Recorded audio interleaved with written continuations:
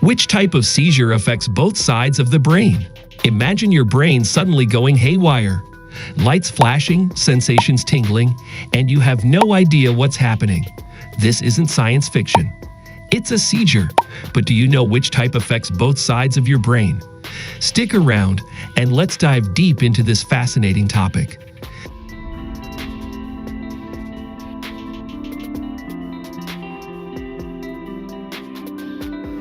Seizures come in different forms. One type affects both parts of the brain, and it can greatly influence how someone feels and acts. Today, we'll dive into this specific seizure type, explaining its causes, signs, and treatments. This video aims to provide a clearer picture for anyone wanting to understand more about it. Seizures are sudden surges of electrical activity in the brain, and they can manifest in various ways. One of the primary categories of seizures is generalized seizures. Generalized seizures are a type of seizure that affects both parts of the brain at once. Unlike focal seizures that start in one spot, generalized ones involve the whole brain. They come in different forms like tonic-clonic or absence seizures. It's important to know about them for proper treatment and care. This video aims to provide a clear and concise understanding of generalized seizures, highlighting their impact on the entire brain. Through this, we seek to inform viewers about the different forms of these seizures and underscore the significance of timely diagnosis and treatment. Our goal is to promote awareness and support for those affected. What is a seizure? A seizure is a sudden, uncontrolled electrical disturbance in the brain that can cause changes in behavior, movements, feelings, and levels of consciousness. Think of the brain as an intricate electrical network. A seizure occurs when there's a sudden spike or disruption in this electrical activity, temporarily affecting how the brain functions. Differentiating seizures. Before we dive further into this topic, let's take a moment to understand the two primary categories of seizures, focal and generalized. Seizures come in different forms, and it's important to know that they're not all identical. Some seizures originate in a particular area of the brain and remain localized, while others engage both sides of the brain right from the start. In this segment, we're going to break down the distinction between these two kinds of seizures, providing you with a clearer grasp of their differences and how they operate. Focal seizures. These seizures begin in a specific area of the brain. They might cause unusual sensations or movements, depending on where they originate. Generalized seizures. Now, here's where things get interesting. Generalized seizures start by involving both sides of the brain right from the very beginning.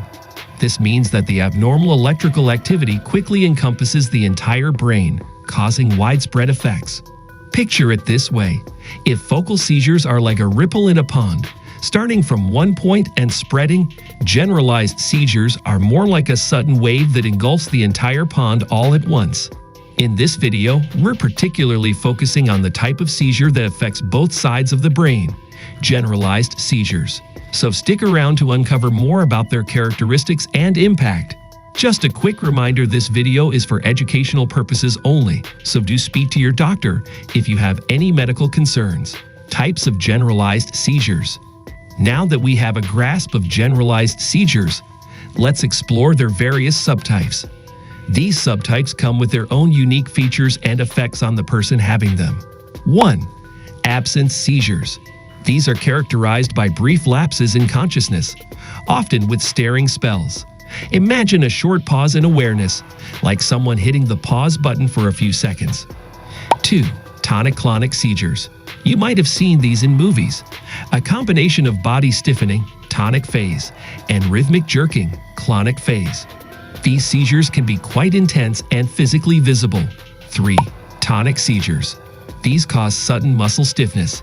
Imagine your muscles locking up briefly, like a momentary freeze. 4. Atonic seizures.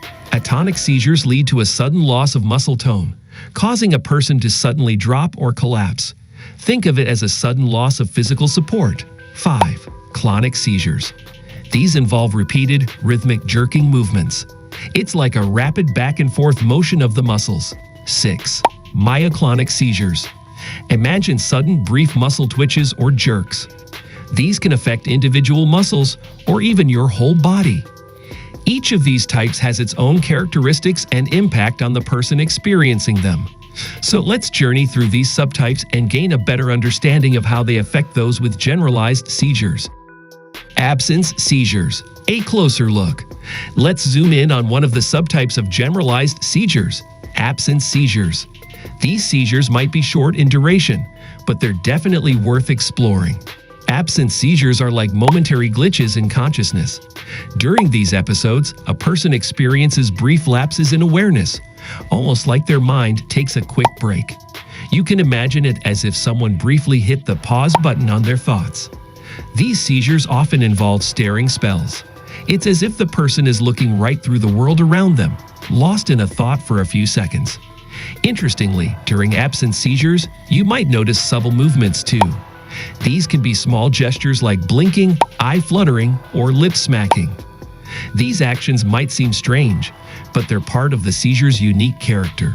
Absence seizures are a bit like those moments when you're daydreaming and someone has to snap their fingers to bring you back to reality. Except for individuals experiencing absence seizures, those pause moments happen more often than they'd like. Stay with us as we uncover more about how these unique seizures affect the brain and the people who experience them. If you're finding this information helpful, please hit the like button. Subscribe and turn all notifications to stay updated with my latest health and nutrition tips. How absence seizures affect the brain. To truly understand absence seizures, let's take a visual journey into the brain. Imagine your brain as a symphony of electrical signals, each section playing a different role in your thoughts, movements, and senses. Now, when absence seizures strike, these delicate signals turn into a bit of a cacophony. It's like the usual rhythm gets disrupted, and all the sections of the brain start playing out of sync. This disruption affects both sides of the brain simultaneously. It's not just one area acting up. It's like a storm spreading across the entire landscape of your mind. As a result, those moments of pausing and staring occur. The brain's communication gets briefly scrambled, causing the person to lose track of their surroundings. Those subtle movements we mentioned earlier, like blinking or lip smacking, are a result of this disarray. So it's not just a physical glitch, it's like a temporary miscommunication within the brain's orchestra.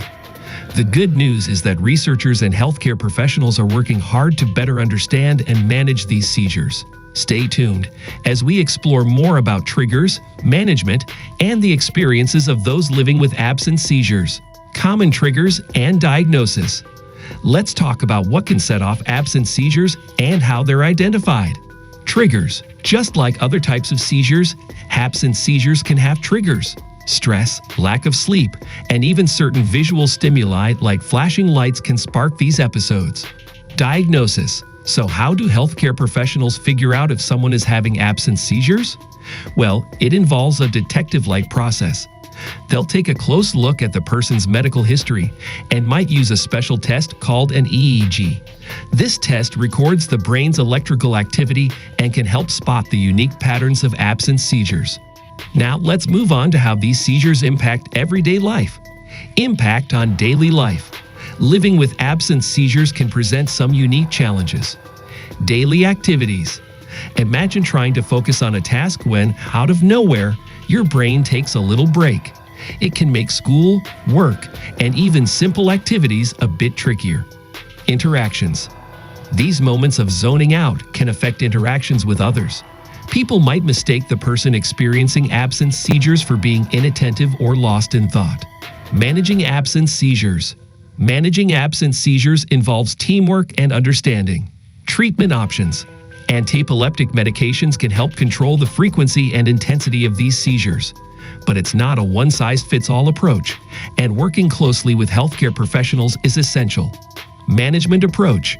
Remember, managing absence seizures is a journey. It's about finding what works best for each individual. That's why collaborating with doctors and specialists is key. Conclusion. To sum it all up, asterisk absence seizures are unique episodes of pausing in consciousness. Asterisk triggers like stress and lack of sleep can set them off.